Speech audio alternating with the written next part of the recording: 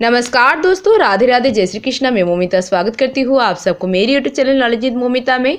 दोस्तों, फाल्गुन पूर्णिमा और होली आ रही है, तो फाल्गुन पूर्णिमा होली की वीडियो पहले ही मैंने अपने चैनल पर डाल दी है, तो जिन्होंने नहीं देखा हो वो जाकर फाल्गुन पूर्णिमा और होली की वीडियो मेरे चैनल पर देख सकते हैं। पिछले अध्याय में आप सब प्रजापति दक्ष ने महादेव जी और सती को छोड़कर सभी देवताओं को अपने यज्ञ में निमंत्रण दिए थे और ये सुन सती बहुत ही क्रोधित हुई और इसका कारण जानने वह अपने पिता के घर जाने की तैयारी करने लगी। ये सुने थी आज की इस अध्याय में अर्थात फाल्गुन मास शिव कथा महात्म्य के 29वां अध्याय में मैं आप सबको इसी आगे कथा सुनाऊंगी। तो ये जानने के लिए मेरे साथ वीडियो में अंत तक जरूर बने रहेगा। तो चलिए शुरू करते हैं। ओम नमः शिवाय नमः। यज्ञशाला में शिव का भाग ना देखकर सती के रोषपूर्ण वचन, दक्ष द्वारा शिव की निंदा सुन दक्ष तथा देवताओं का धिक्कार फटकार कर सती द्वारा अपने प्राण त्याग का निश्चय। ब्रह्मा जी कहते हैं, नारद दक्ष कर्ण सती उस स्थान पर गई जहाँ वह महान प्रकाश से युक्त यज्ञ हो रहा था। वहाँ देवता, असुर और मुनीन्द्र आदि के द्वारा कौतूहलपूर्ण कार्य हो रहे थे। सती ने वहाँ अपने पिता के भवनों को नाना प्रकार की आश्चर्यजनक वस्तुओं से संपन्न, उत्तम प्रभा से परिपूर्ण, मनोहर तथा देवताओं और ऋषियों के समुदाय से भरा हुआ देखा। देवी सती भवन के द्वार पर जाकर खड़ी हुई और अपने वाहन नंदी से उतरकर अकेले ही शीघ्रतापूर्वक यज्ञशाला के भीतर चली गई। सती को आई देख उनकी यशस्विनी माता अश्विनी, बीरनी ने और वहीना ने उनका यथोचित आदर सत्कार किया, परंतु दक्ष ने उन्हें देखकर भी कुछ आदर नहीं किया तथा उन्हीं के भय से, शिव की माया से मोहित हुए दूसरे लोग भी उनके प्रति आदर का भाव न दिखा सके। मुनि सब लोगों के द्वारा तिरस्कार प्राप्त होने से सती देवी को बड़ा विस्मय हुआ, तो भी उन्होंने अपने माता पिता के चरण में मस्तक झुकाया। उस यज्ञ में सती ने विष्णु आदि देवताओं को भाग देखे, परंतु शंभु का भाग उन्हें कहीं नहीं दिखाई दिया।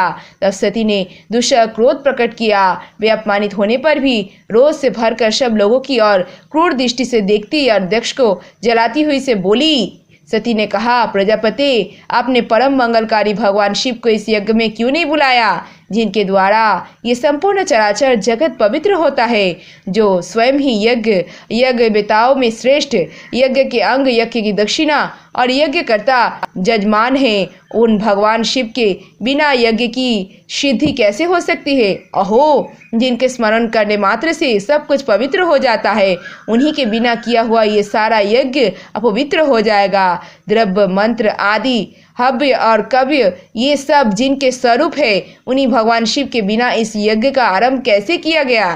क्या आपने भगवान शिव को सामान्य देवता समझकर उनका अनादर किया है? आज आपकी बुद्धि भ्रष्ट हो गई है, इसलिए आप पिता होकर भी मुझे अधम लग रहे हैं। अरे, ये विष्णु और ब्रह्मा आदि देवता तथा मुनि अपने प्रभु भगवान शिव के आए बिना इस यज्ञ में कैसे चले गए? ऐसा कहने के बाद शिव स्वरूपा परमेश्वरी सती ने भगवान विष्णु, ब्रह्मा, इंद्र आदि और सब देवताओं तथा समस्त ऋषियों को बड़े बड़े शब्दों से फटकारा और उसके बाद ब्रह्मा जी कहते हैं, नारद, इस प्रकार क्रोध से भरी हुई जगदम्बा सती ने कहा, व्यथित हृदय से अनेक प्रकार की बातें कही। श्री विष्णु आदि समस्त देवता और मुनि जो वहां उपस्थित थे, सती की बात सुनकर चुप हो गए और अपने पुत्री के ऐसी वचन सुनकर कुपित हुए दक्ष ने सती के और क्रूर दृष्टि से देखा और इस प्रकार कहा। दक्ष बोले, भद्रे, तुम्हारे बहुत कहने से क्या लाभ? इस समय यहाँ तुम्हारा कोई काम नहीं है और जाओ या ठहरो, ये तुम्हारी इच्छा पर निर्भर है। तुम यहाँ आए ही क्यों?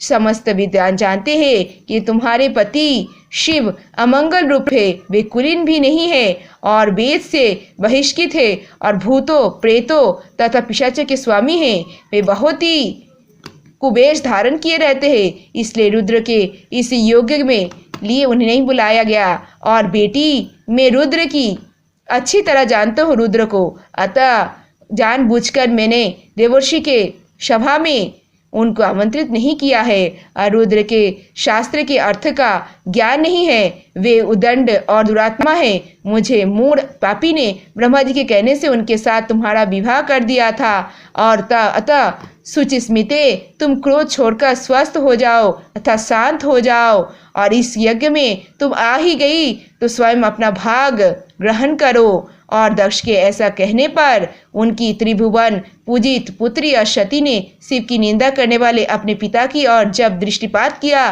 तब उनका रोष भी बढ़ गया। मैं मन ही मन सोचने लगी कि अब मैं शंकर जी के पास कैसे जाऊंगी। यदि शंकर जी के दर्शन की इच्छा से वहां गई और उनके यहाँ का समाचार पूछा तो मैं उन्हें क्या उत्तर दूंगी। तदंतर तीनों लोक की जननी सती रोषावेश से युक्त हो लंबी सांस खींचती हुई अपने दृष्ट हृदय और पिता यज्ञदक्ष से बोली। सती ने कहा, जो महादेव जी निंदा करता है अथवा जो उनकी होती हुई निंदा को सुनता है वे दोनों तब तक नरक में पड़े रहते हैं जब तक चंद्रमा और सूर्य विद्यमान है। अतः तात मैं अपने इस शरीर को त्याग दूंगी और जलती आग में प्रवेश कर जाऊंगी। अपने स्वामी का अनादर सुनकर अब मुझे अपने इस जीवन की रक्षा से क्या प्रयोजन। यदि कोई समर्थ हो तो वह स्वयं विशेष यत्न करके शंभु की निंदा करने वाले पुरुष की जीव को बलपूर्वक काट डाले, तभी वह शिव निंदा श्रवण के पाप से शुद्ध हो सकता है। इसमें संशय नहीं है। यदि कुछ कर सकने में असमर्थ हो तो बुद्धिमान पुरुष को चाहिए कि वह दोनों कान बंद करके वहां से निकल जाए। इससे वह शुद्ध रहता है और दोष का भागी नहीं होता, ऐसा श्रेष्ठ विद्वान कहते हैं। और इस प्रकार धर्मनिधि बताने पर सती को अपने आने का कारण बड़ा पश्चाताप हुआ और उन्होंने व्यथित चित्त से भगवान शंकर के वचन का स्मरण किया। और फिर सती अत्यंत कुपित हो दक्ष उन विष्णु आदि समस्त देवताओं से तथा मुनियों से भी निडर होकर बोली। सती बोली कि कहा, तात तुम भगवान शंकर के निंदक हो और इसके लिए तुम्हें पश्चाताप होगा। यह महान दुख भोग कर अंत में तुम्हें यातना भोगनी पड़ेगी। इस लोक में जिनके लिए ना कोई प्रिय है और ना अप्रिय, उन निबेर परमात्मा शिव के प्रतिकूल तुम्हारे सिवा दूसरा कोई कौन चल सकता है। जो दुष्ट लोग हैं वे सदा ईर्ष्यापूर्वक यदि महापुरुष की निंदा करे तो उनके लिए यह कोई आश्चर्य की बात नहीं है, परंतु जो महात्माओं के चरणों की रज से अपने अज्ञान अंधकार को दूर कर चुके हैं उन्हें महापुरुष की निंदा शोभा नहीं देती। जिनका शिव ये दो अक्षरों का नाम कभी बातचीत के प्रसंग में मनुष्यों के वाणी द्वारा एक बार भी उच्चारित हो जाए तो वे संपूर्ण पाप राशि को शीघ्र ही नष्ट कर देता है।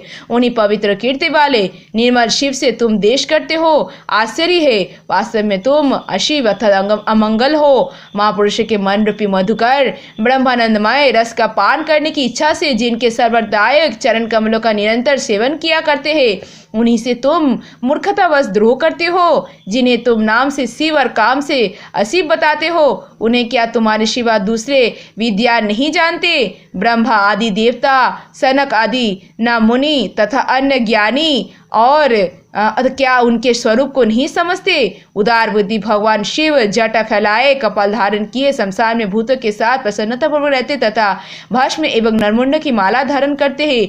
इस बात को जानकर भी जो मुनि और देवता उनके चरणों में गिरे हुए निर्मालों के बड़े आदर के साथ अपने मस्तक पर चढ़ाते हैं, इसका क्या कारण है। यही के वे भगवान शिव है, साक्षात परमेश्वर है। पवित्र और निवृत्ति दो प्रकार के कर्म बताए गए हैं। मनुष्य पुरुष की उनका विचार करना चाहिए। वेद में विवेचना पूर्वक उनके रागी और विरागी दो प्रकार के अलग अलग अधिकारी बताए गए हैं। परस्पर विरोधी होने के कारण उक्त दोनों प्रकार के कर्मों को एक साथ एक ही कर्ता के द्वारा आचरण नहीं किया जा सकता। भगवान शंकर तो परब्रह्म परमात्मा है, उनमें इन दोनों ही प्रकार के कर्मों का प्रवेश नहीं है। उन्हें कोई कर्म प्राप्त नहीं होता, उन्हें किसी भी प्रकार के कर्म करने की आवश्यकता नहीं है। पिताजी, हमारा ऐश्वर्य अव्यक्त है, उनका कोई लक्ष्मण व्यक्त नहीं है। सदा आत्मज्ञानी महापुरुष ही उसका सेवन करते हैं। तुम्हारे पास वह ऐश्वर्य नहीं है। यज्ञशाला में रहकर वहाँ के अन्न से तृप्त होने वाले कर्मठ लोगों के जो भोग प्राप्त होता है उससे वह ऐश्वर्य बहुत दूर है। जो महापुरुष की निंदा करने वाले और दुष्ट है उसके जन्म को धिक्कार है। विद्वान पुरुष को उसके चाहिए कि उसके संबंध को विशेष रूप से प्रयत्न करके त्याग दे। जिस समय भगवान शिव तुम्हारे साथ मेरा संबंध दिखलाते हुए मुझे दाक्षायणी कहकर पुकारेंगे, उस समय मेरा मन सहसा अत्यंत दुखी हो जाएगा। इसलिए तुम्हारे अंग से उत्पन्न हुए सदा शव के तुल्य घृणित इस शरीर को इस समय मैं निश्चय ही त्याग दूंगी और ऐसा करके सुखी हो जाऊंगी। हे देवताओं और मुनियों, तुम सब लोग मेरी बात सुनो। तुम्हारे हृदय में दुष्टता आ गई है। तुम लोगों का ये कर्म सर्वथा अनुचित है। तुम सब लोग मूढ़ हो, क्योंकि शिव की निंदा और कलह तुम्हें प्रिय है। अतः भगवान हर से तुम्हें इस कुकर्म का निश्चय ही पूरा दंड मिलेगा। ब्रह्मा जी कहते हैं, नारद, उस यज्ञ में दक्ष और देवताओं से ऐसा कहकर सती देवी चुप हो गई और मन ही मन अपनी प्राण बालक शंभु का स्मरण करने लगी। जय शिव शंभु, जय भोलेनाथ, जय माँ पार्वती। आज के फाल्गुन मास शिव कथा महात्म्य की 29वां अध्याय की कथा समाप्त हुआ। इसके आगे की वृत्तांत आप आने वाले अध्याय में सुनेगा। अगर आप भगवान शिव और माता पार्वती के भक्त हो और ये वीडियो आपको अच्छी लगी तो वीडियो की जैसे लाइक और शेयर जरूर कीजिएगा। ऐसे और वीडियोस पाने के लिए मेरे चैनल लालूजीत मोमिता को जरूर सब्सक्राइब कीजिएगा। सब्सक्राइब के बाद में बेल आइकन दबाना मत भूलिएगा, जिससे कि आने वाले वीडियो की नोटिफिकेशन जैसे मिल जाए। और कमेंट में लिखना मत भूलिएगा वीडियो कैसी लगी। आप मुझे फेसबुक और इंस्टाग्राम में भी फॉलो कर सकते हैं। मेरा फेसबुक और इंस्टाग्राम लिंक डिस्क्रिप्शन बॉक्स में दिया गया है, आप चाहे तो चेक कर सकते हैं। आज के लिए इतना ही। मैं मिलूंगी नेक्स्ट वीडियो में, तब तक के लिए tata bye. Thanks for watching. Radhe Radhe, जय श्री कृष्णा।